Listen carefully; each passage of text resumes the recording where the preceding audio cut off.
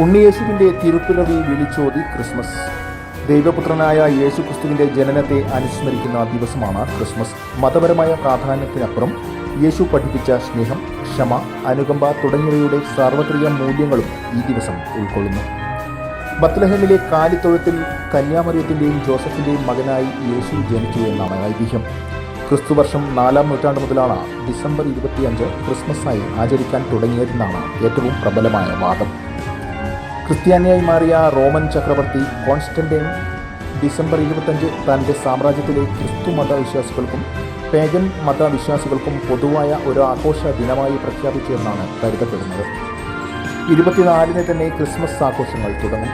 Christmas നാളിൽ പുൽക്കോടൊരുക്കുകയും നക്ഷത്രവിളക്കുകൾ തൂക്കുകയും ചെയ്യുന്നു. Christmas നാളുകളിൽ സമ്മാനവുമായി എത്തുന്ന സാന്താക്ലോസിനായി കുട്ടികൾ കാത്തിരിക്കാറുണ്ട്. 4-ാം നൂറ്റാണ്ടിൽ ജീവിച്ചിരുന്ന സെന്റ് നിക്കോളസ് എന്ന പുണ്യചരിതനാണ് സാന്താക്ലോസായി മാറിയതെന്നാണ് പറയുന്നത്. ചുവന്ന കുപ്പായവും തൊപ്പിയുമണിഞ്ഞ മാനുകൾ വലിക്കുന്ന തെന്നുവണ്ടിയിൽ പുഞ്ചിരിച്ചു കൊണ്ടുവരുന്ന നരച്ച മുടിയും താടിയുമുള്ള സാന്താക്ലോസ് ക്രിസ്തുമസ് നാളുകളിൽ കുട്ടികൾക്കുള്ള സമ്മാനങ്ങൾ വീടിൻ്റെ ചിമ്മിനിയുടെ അകത്തേക്ക് വിട്ടുകൊടുക്കുമെന്നാണ് വിശ്വാസം. Today news, Perambra.